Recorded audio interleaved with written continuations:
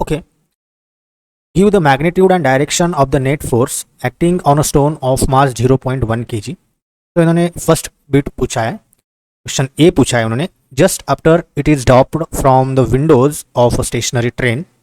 सो इस क्वेश्चन में भी उन्होंने दिया है कि हमें मैग्नीट्यूड एंड डायरेक्शन निकालना है. सो फर्स्ट डिस्कस करते हैं.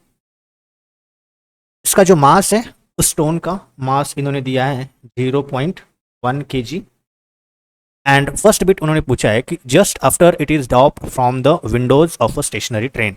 ओके, सो हमें फोर्स निकालना है. फोर्स का मास क्या है?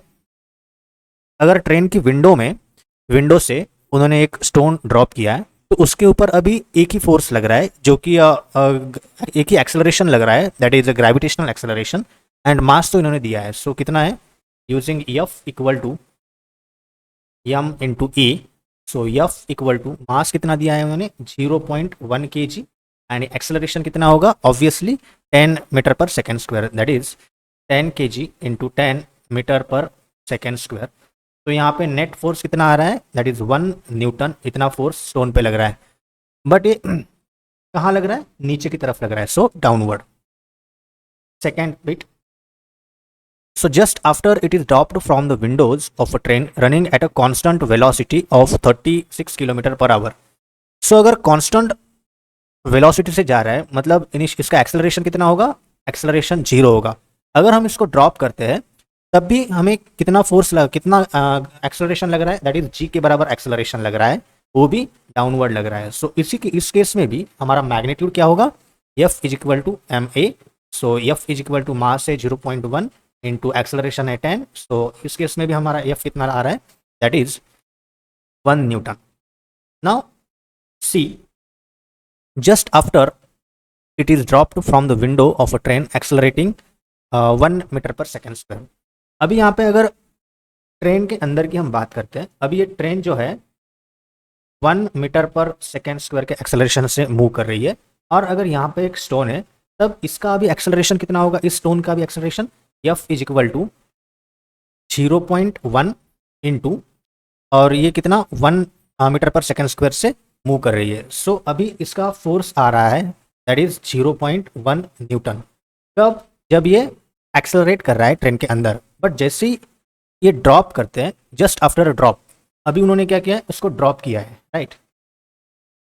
उस स्टोन को अभी विंडो से ड्रॉप किया है. तब इस केस में क्या होगा? वही अभी इस केस में एफ जो है हमारा 0.1 न्यूटन है. इसका डायरेक्शन किस तरफ होगा? कि जिस तरफ ट्रेन जा रही है, कि जिस तरफ एक्सेलरेशन हो रहा है उस तरफ, मतलब ये हॉरिजॉन्टली एक्सेलरेशन लग रहा है, इसके ऊपर एक्सेलरेशन लग रहा है, तो फोर्स भी हॉरिजॉन्टली लगेगा.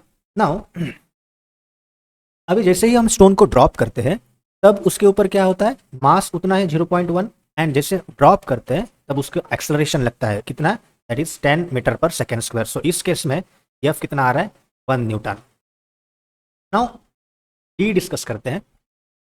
Lying on the floor of a train which is accelerating with 1 meter per second square, the stone being at rest relative to the train.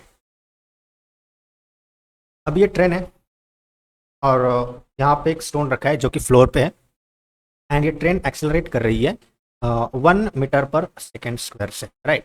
तो इस स्टोन पे कितना फोर्स लग रहा है ये हमें देखना है, ठीक है. सो इस फोर्स देखते हैं. तो F is equal to mass into acceleration. तो F is equal to mass कितना है उसका? 0.1. एंड एक्सेलरेशन कितना है? That is 1 metre per second square. So net force कितना रहेगा? तो दैट इज 0.1 न्यूटन. अभी इसकी डायरेक्शन हम डिस्कस करते हैं. डायरेक्शन क्या होगा? ट्रेन इस तरफ मूव हो रही है, सो हॉरिजॉन्टली मूव हो रही है, सो इसका एक्सेलरेशन भी उसी तरफ होगा. सो अगर ट्रेन का एक्सेलरेशन इस तरफ होगा तो स्टोन का भी एक्सेलरेशन कहाँ होगा? हॉरिजॉन्टली लगेगा. जिस डायरेक्शन में हमारी ट्रेन जा रही है उसी डायरेक्शन में उसका एक्सेलरेशन भी होगा. That's it. Thank you.